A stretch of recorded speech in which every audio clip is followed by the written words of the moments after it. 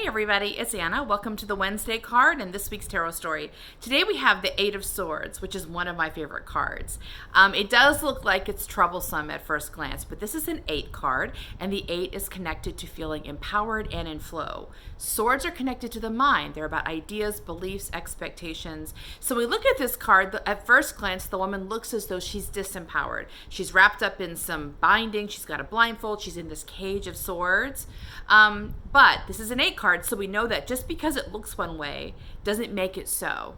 So if we look at it more closely, we realize that even though she's bound up, she's not really tightly bound up. I mean, if she just shifts her body a little bit, this binding is going to fall away, at which point she'll be able to take off her blindfold and easily find her way out of this cage of swords. It has a big gap here, and she'll be able to get back to her home.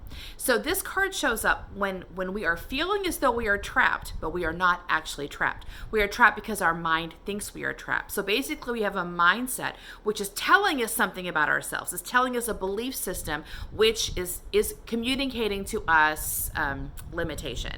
But the mind is holding that barrier itself, and then the mind has the capacity to release it. And that's what I think of the wiggling part, is the mind has to challenge itself and say, well, this is what I believe, but is that necessarily true? It has to be willing to get itself free and wiggle itself free from this old belief system, because it does have the capacity. As it has the capacity to trap us, it has the capacity to also free up the path. So what occurs to me is yesterday we had the Magician reverse, and I talked about how that suggested to me that we've already evoked magic. That means we're not in the position of dreaming or wishing or beginning anything. We're already on the journey, and we need to go ahead and move forward in our steps. We also have the Knight of Wands on Monday, which is about taking action.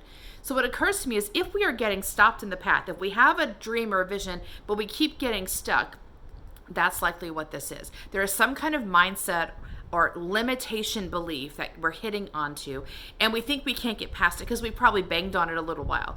But you can't bang on it. You can't fight the limitation, because when you fight something, you create resistance. Instead, you do what this lady needs to do. You just wiggle a little. You let your mind playfully address the limitation and ask, is something else possible?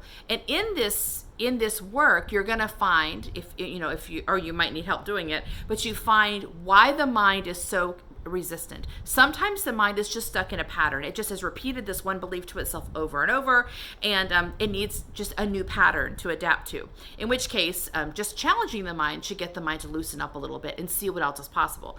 But sometimes the mind is stuck because there actually is a pain point attached. And in that case, the mind won't release until you figure out why it's so committed and you solve the problem. So often sometimes there is like a wounded spot within us that has to be healed for the mind to release. So either way, this card tells you that you're not really stuck.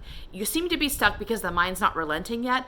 The mind will relent if you figure out the right combination of coaxing, of supporting, and of healing. The mind will release. The mind will follow you anywhere you lead it, as long as you don't fight with it and judge it and argue with it, as long as you learn how to partner with it. So that's what this card is about.